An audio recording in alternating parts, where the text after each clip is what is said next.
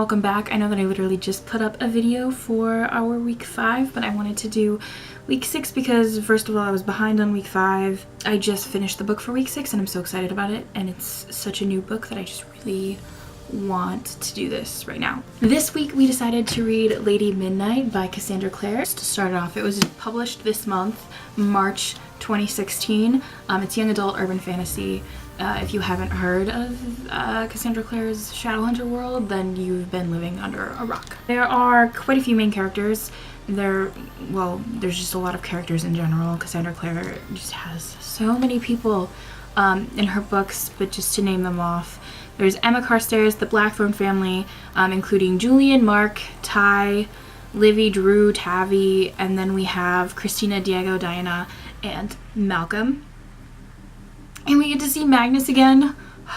This story takes place 5 years after the City of Heavenly Fire at the Los Angeles Institute, where Emma Carstairs lives with the Blackthorn family.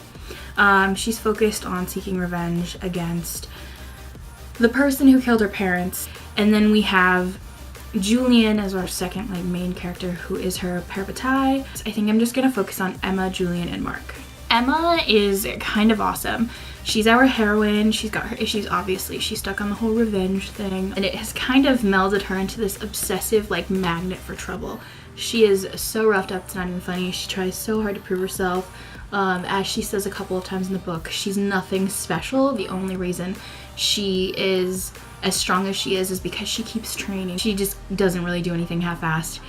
She's super stubborn, and I love stubborn characters. If you've seen any of my reviews, you know that I really connect with them because I think I'm fairly stubborn myself. Julian is sort of the opposite of Emma, but also sort of the same. He's an artist, he's soft and responsible, he tends to his family. He also thinks his actions through a lot more thoroughly before taking action. He's opposite of Emma in that respect. He's so calculating about things because he's got this family to take care of, right? He's everything that Emma needs to hold on to, and she's the same for him. Their parabatai relationship is incredible, and it ended up hurting my heart a lot. Mark is Julian's half-brother. He and his sister Helen were born to the same fairy mother. So they're half fairy, half Shadowhunter. And he was taken at the age of 16 by the Fair Folk to become part of the Wild Hunt. He suffered torture. It was horrible. He was made to believe that his family was dead. And so he eventually accepted his position in the Wild Hunt. So the story starts off with these bodies being found with the same foreign writing on them that Emma's parents' bodies had carved into them, and so Emma is instantly super interested in that, and then ends up making a deal with the Fair Folk, even though they're not supposed to investigate this string of murders to figure out, because she wants to know what's going on with her parents. The Fair Folk want to know what's going on because they don't want anybody else to be killed. That is where I'm going to kind of leave the spoiler-free zone later on. There's going to be spoilers because I just need to fangirl a little bit. So, positives and negatives. My negative is that I have to wait until who knows when to get my hands on the next book, which is titled The Lord of Shadows, I believe, or Lord of Shadows. My positives were the characters are so well fleshed out, and for so many in a story, it was just amazing to me. That I was able to keep them straight because they were so different. Some of them, a lot of them, were reminiscent of former characters in some of her other stories. Like Emma is a good representation of Clary and Jace together. She has similar qualities to them both. And Julian reminded me quite a bit of Jem, which I think is why I liked him, because Jem is another one of my absolute favorite characters, so you know. I loved the snippets of characters that we've had in the past, so the snippets of Clary, Jace, Magnus, and Alec. Oh my god. Tessa and Jem. I was afraid that I wasn't gonna connect to this book as well because I was gonna be stuck on those old characters, but no, I just fell in love with some new ones. It was a quick read. Despite the fact that it's 700 pages long, I read it really quickly because I just couldn't put it down. And then Cassandra Clare's storytelling ability just seems to be growing in a positive direction. Every series that she puts out I love more and more, which I was afraid wouldn't happen because now that I'm older, I was afraid that I would lose my love for it, but I did not at all. So I'm gonna get into the grading before I get into the spoilers. So for readability, I gave it a 5 out of 5. Read it super quickly, loved it, just drank it up. Character development, 5 out of 5, because like I said, there were so many characters, but they were all super well fleshed out and they were growing, and you could see them growing. And even the villains, you were like, oh my god, like I feel for you and I understand why you're doing what you're doing, and that's so important. It's so important. Plot, I gave it a 5 out of 5 because I just loved it. I thought it was great. Cover art, look at it, it's beautiful. We're just 5 out of 5. If I didn't know what this was about, I had never heard of the author, I still would have picked it up. Writing structure, writing style, 5 out of 5 because I love the way Cassandra Clare writes. Obviously, if I've continued to read her stuff, I love it. And then enjoyment, 5 out of 5 because I just freaking loved it, basically. Alright, so that was the spoiler-free section, and now we're getting on to some spoilers because there were just a few things that I wanted to talk about. Just a couple things. I'm just gonna get into a couple things. I really, like I said, appreciated the references to the other characters, Magnus and Alec. I love that they adopted two babies, a shadow hunter and a warlock. I was like, what? Like, what? I loved it. I loved it so much, and I don't know why I love Magnus and Alec so much. Maybe it's because as a member of the community, the LGBT community, I get really tired of hetero romances like all the time, and so it was nice. It was nice to see the representation. Cassandra Clare is really good with representation, and I just love them.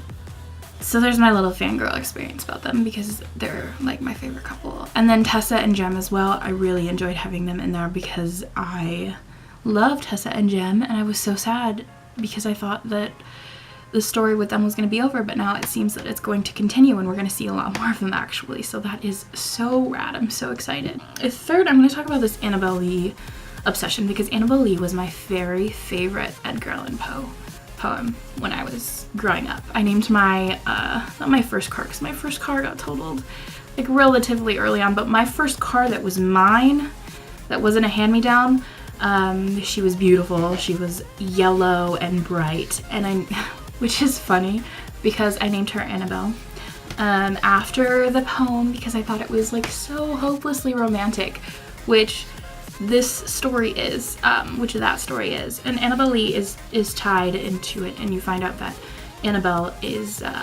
was a shadow hunter, and that she and Malcolm, the warlock, had this forbidden romance, and so she was encased in this sort of just what became her tomb, and died, and her family killed her essentially, and it's so messed up. It's very tragic, and you really feel for Malcolm. You understand why he's doing what he's doing. I really liked horrific things as a teenager, and I still think it's horrific. I still think it's like hopelessly romantic, just the way I think like the Heathcliff Catherine romance and like the Snape and Lily romance. Like they're so messed up, but and they're obsessive, but I thrive on that shit, and so do so many people, so it's okay.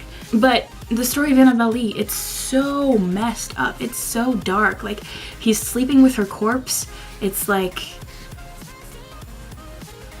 oh, it's so creepy. And that's how this is. And when we look at the relationship between Julian and Emma and that forbidden parabatai, like no Eros love, but they're obviously so in love with one another, and how destructive it is, and the sort of warning that Malcolm gives, and then later on Emma finds out why it's so dangerous, because it just brings all this power, and how that much love can be so powerful but so scary, and how it can destroy people the way that Malcolm was destroyed by love. And I mean, what a way to be destroyed, but I guess, I don't know.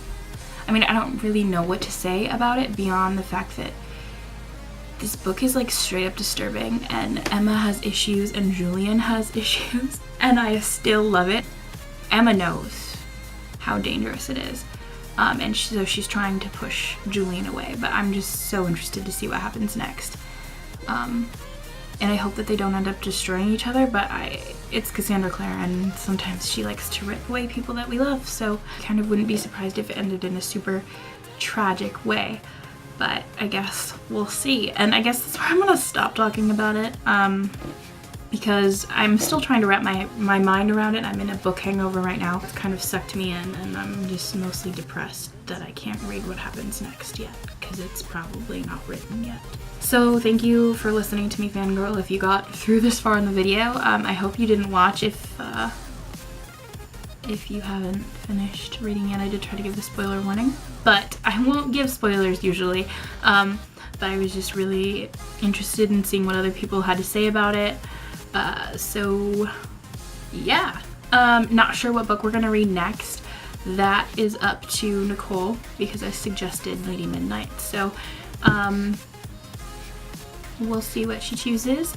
And Nicole, I can't wait to see what you think when you finish the book. I know that you had to listen to me like just completely freaking out about it and scaring you, and I'm sorry, I just could not control myself. So anyway, if you want to see more like this, make sure to like and subscribe. You can comment down below suggestions, ideas that you have about the story. If you have spoilers, make sure you mark them. And yeah, that is pretty much all I have to say about that. I'm so excited to get into the next book. And you know what? I had given up on Shadowhunters because like after the 3rd episode I was like, ugh, this is like subpar acting and I'm not sure how I feel about this.